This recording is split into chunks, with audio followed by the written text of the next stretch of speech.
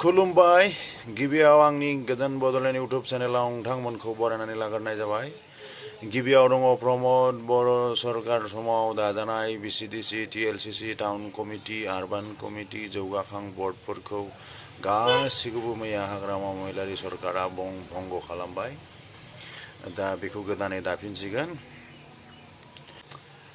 एबसुआ थांखि लादों 2020आव जालांनाय बिटिआर गोरोबथानि दफाफोरखौ मावफुंजोबनांगौनि थाखाय थाबैनो मावफुंजोबनांगौनि थाखाय 3 खनायारि सावरायनो थाखाय भारत सरकारखौ खावलायगोन आरो बिटिआर गोरोबथानि दफाफोरखौ मावफुंनांगौनि थाखाय अक्ट'बर दाननि गेजेरावनो जिल्लानि मोनफ्रोमबो गाहाय मावखुलियाव हानजा सुरनाय हाबाफारि लागोन। बेनिफ्राय भारत संबिजिरनि 6थि फारिलाइयाव 125थि एमेन्डमेन्टखौ गनायथि होनांगौनि दाबिजों गोदान दिल्लीयाव धर्ना होनायनि हाबाफारि लादों एबसुआ।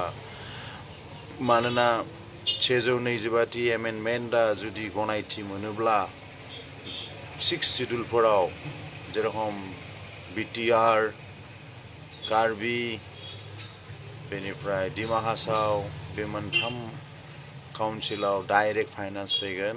बिदिब्ला माने आरोबाव बे 6 शिड्युलनि काउन्सिलफोरा गोख्रोंसिन जागोन। बेनो बे एबसुनि थांखि। एबसुआ बेखौ बिटिआर सुक्तियाव माबाखादोंमोन। दासिमबो बे एमेन्डमेन्टआ गनायथि मोनथ'वाखै। संसदाव बियो पास जानांगौ बिल, होमबानो बे गनायथि मोनोबानो डाइरेक्ट फाइनान्सनि खामानिया जागोन। बे बिराद मोनसे मोजां थांखि। बेनिफ्राय दिनै आसाम पुलिस आरो एडिआरइनि साख्रि रिजाल्ट होगोन।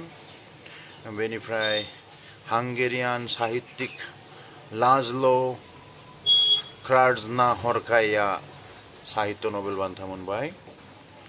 आरो बिजेपिनि गागि दैदेनगिरि राजेन गहाया बिजेपिनिफ्राय रिजाइन होबाय। बेनिफ्राय मैया डक्टर हिमन्त बिश्व शर्माया जनायाव गोबां आइजोफोरनो बिथांमोननि 10,000 रां चेकखौ गथायना होबाय आरो बिथाङा मिटिङाव बुंदों बेबादि एसेबां बुरजा आइजोफोर आं खनसेनो नुफेराखै मिटिङाव होननानै।